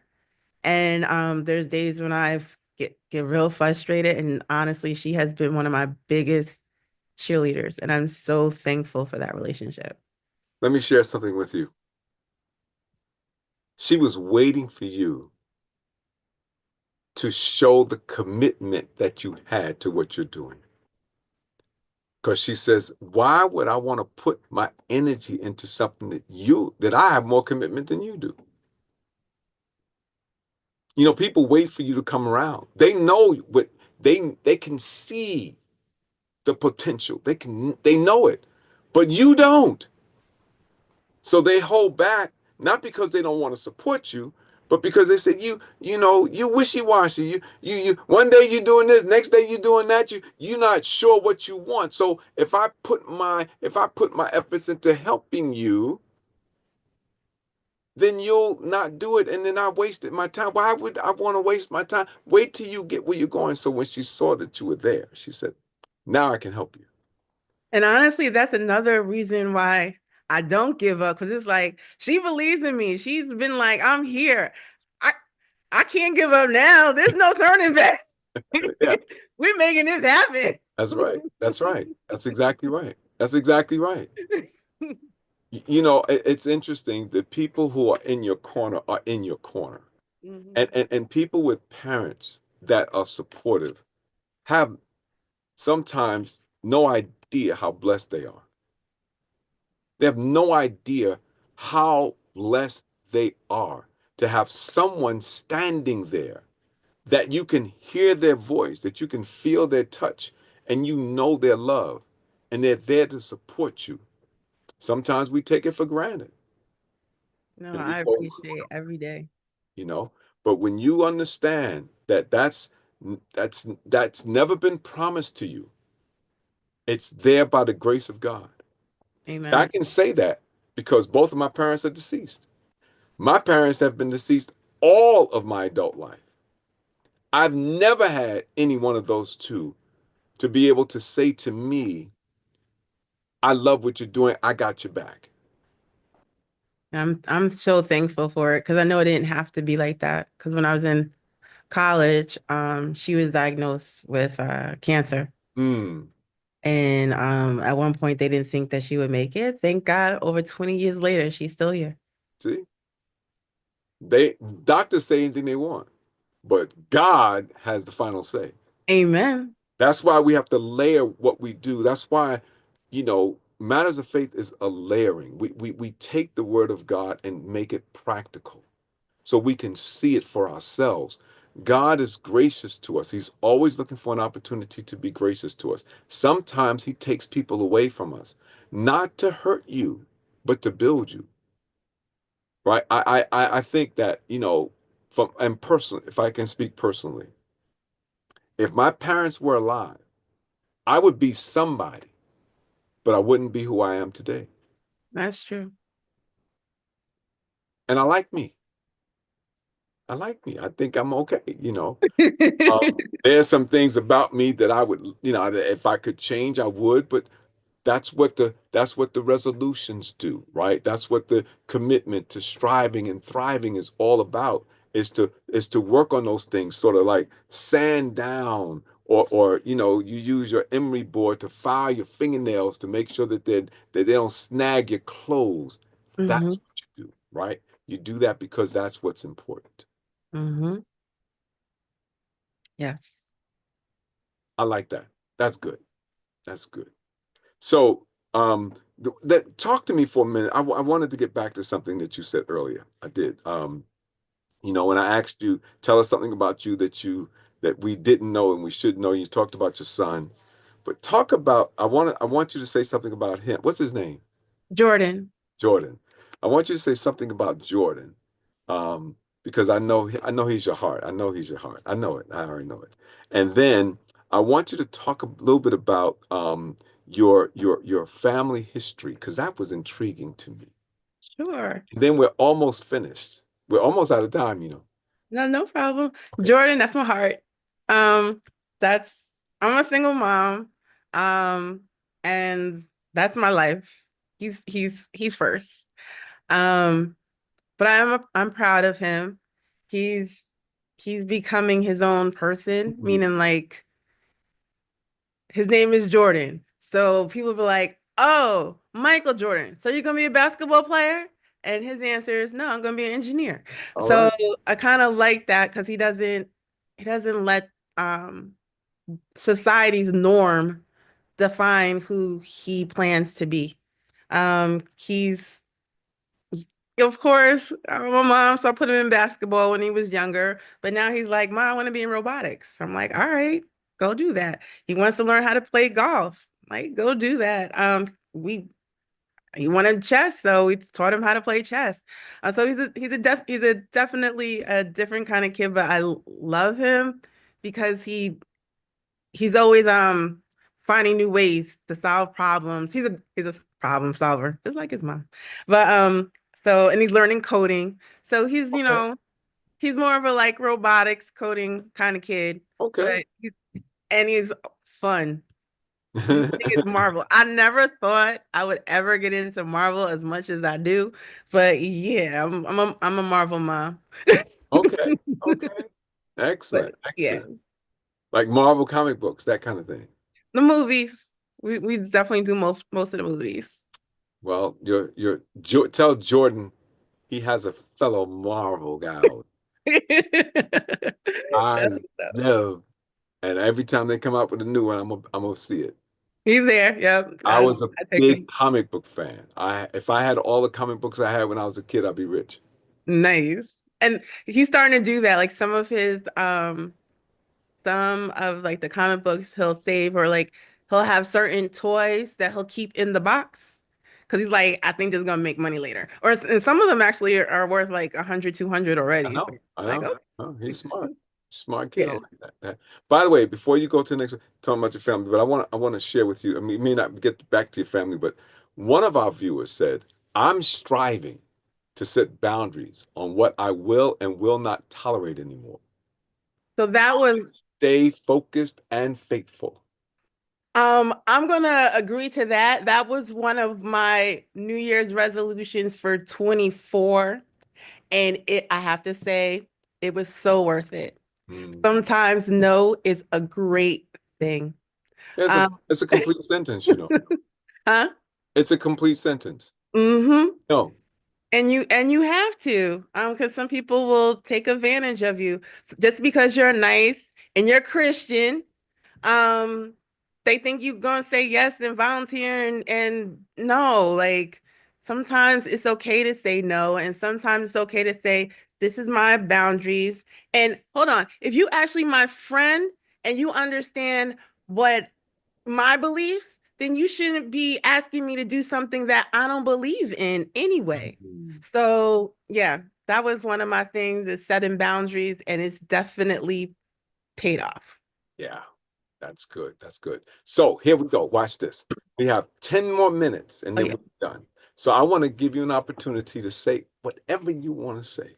You can talk about your family if you want to. It's up to you. But I need about 5 or 6 minutes to close out. The Lord has placed something on my heart that I need to share with everyone. So Okay, so I'll say a I little just want bit. to say I'm really grateful that you're here. Now, I'm going to say it in advance. I'll say it later, but just plan on coming back.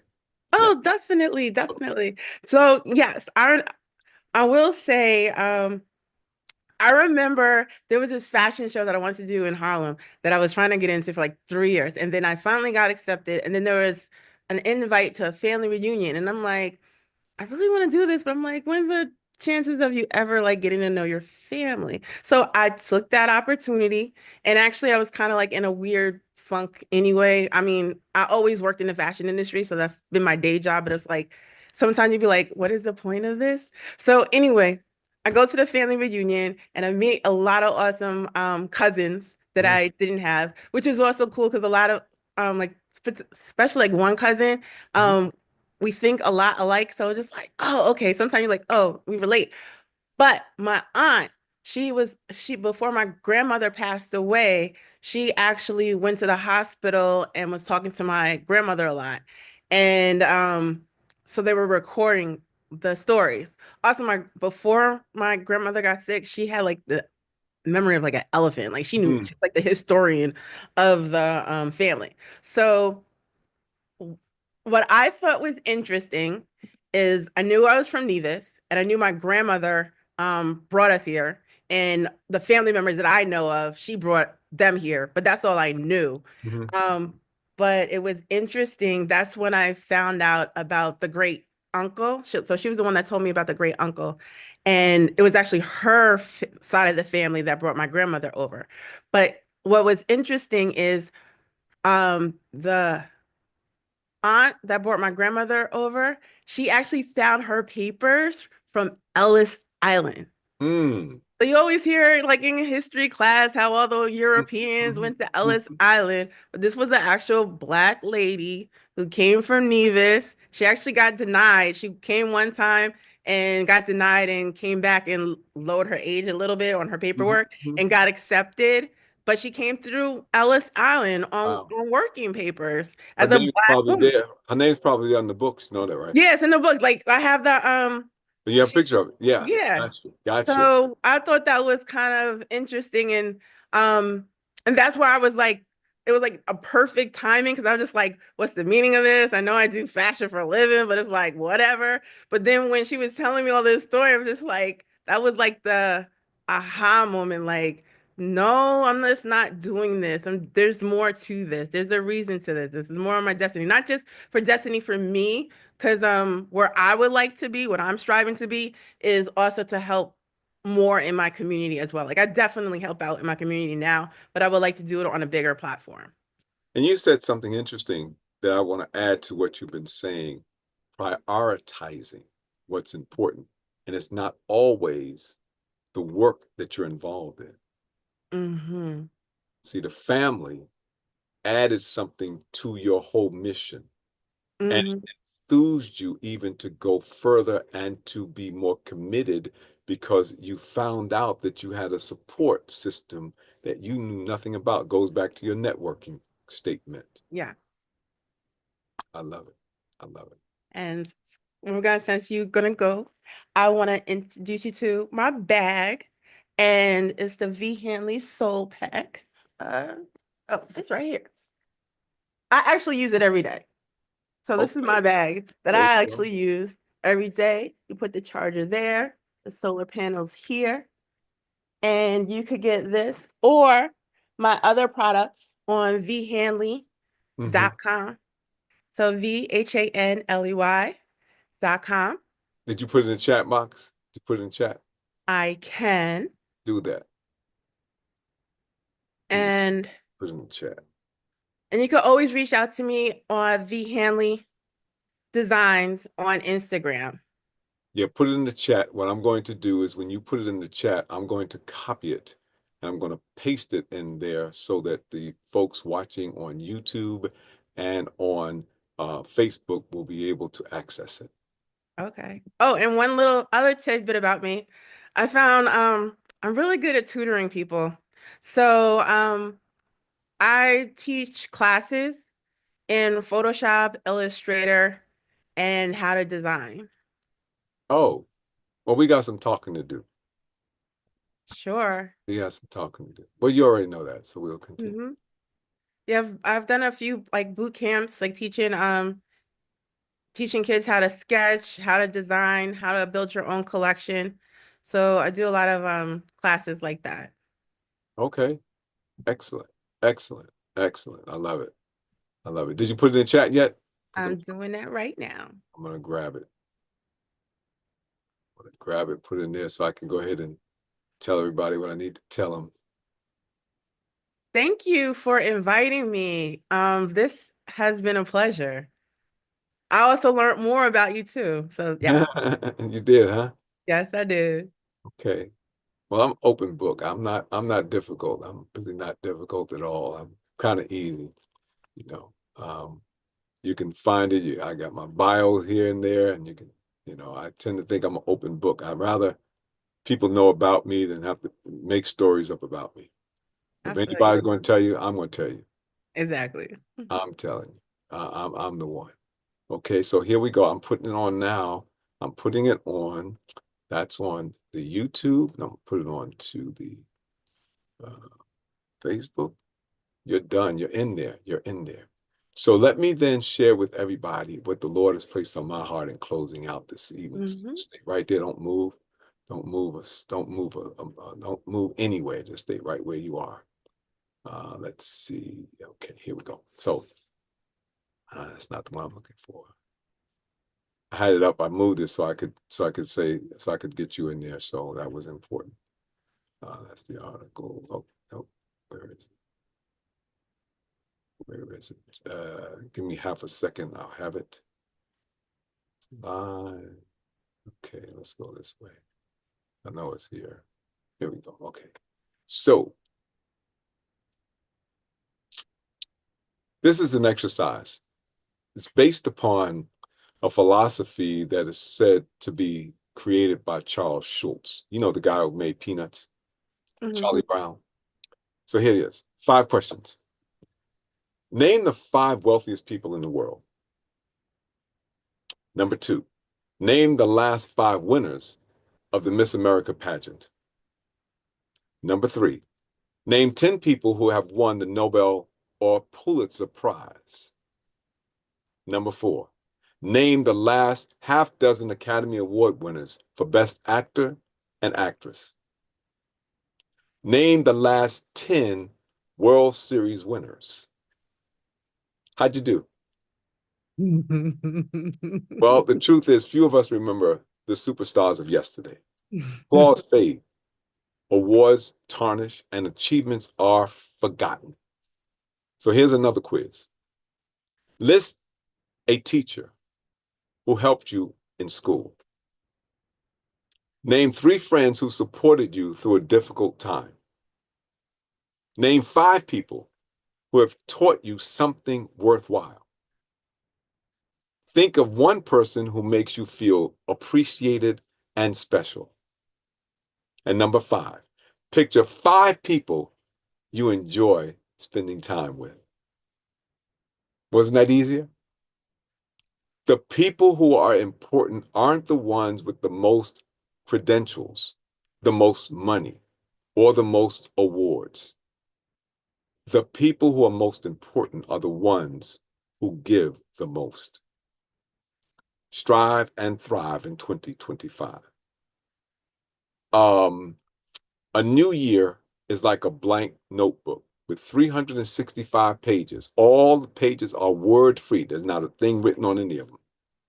You are the only one who gets to decide what is written on any of those 365 pages. If you choose to allow others to tell your story, to write your narrative, you won't even recognize yourself in the book.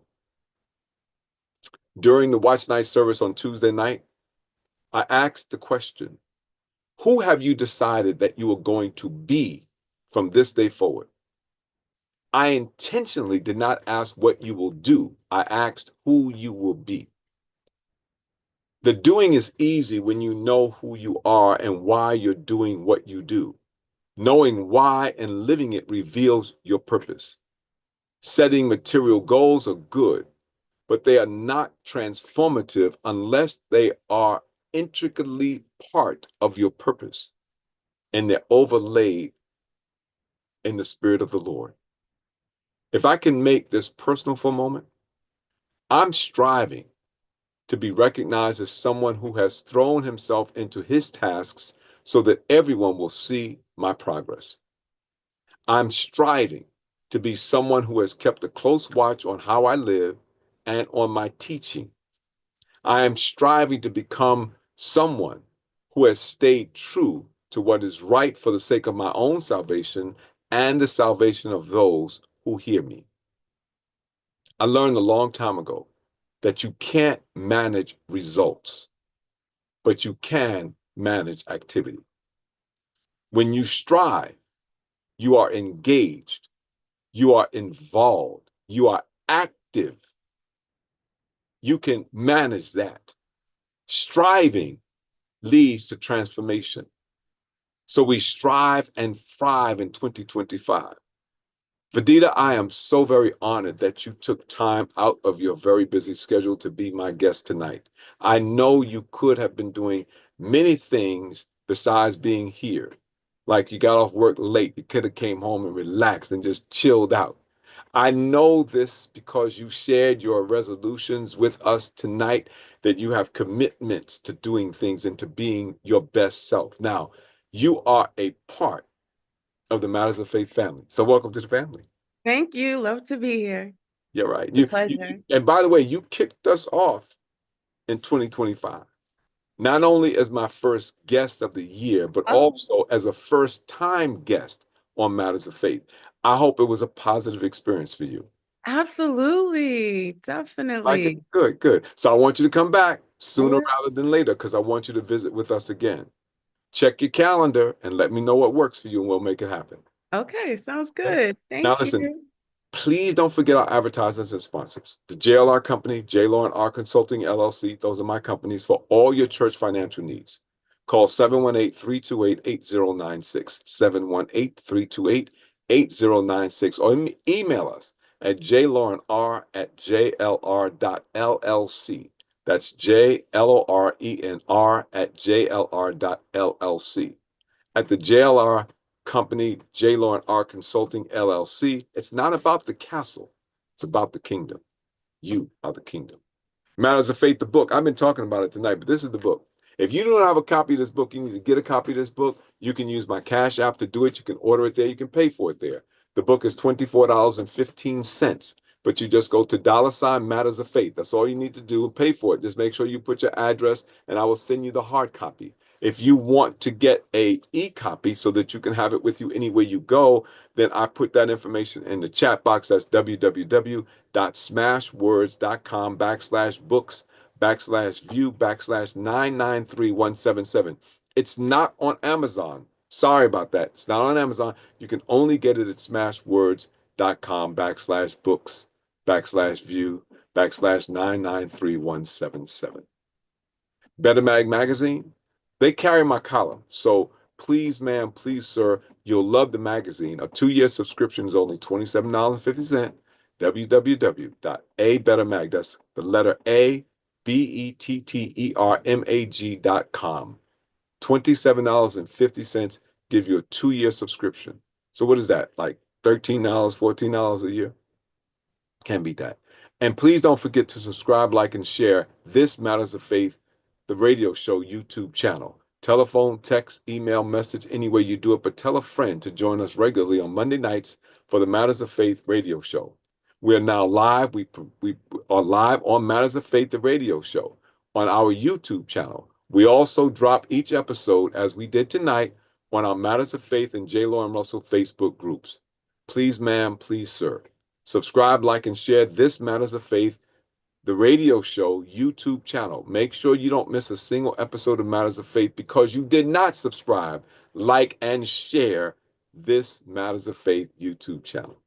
Now, the Lord bless you and the Lord keep you. The Lord make his face shine upon you and be gracious to you. The Lord lift up his countenance upon you and give you peace. Now, join us every Monday night. This is our first broadcast of the year. So next Monday, we will be back again. On behalf of Vedita Hanley, designer extraordinaire and disciple of Community Baptist Church in Inglewood, New Jersey, and myself, we bid you to strive and thrive in 2025. Amen. I'll push. Now, if no one has told you this today, then let me be the first to say, in this new year, on this new time, that I love you, and there's absolutely nothing that you can do about it. So get used to it. God bless.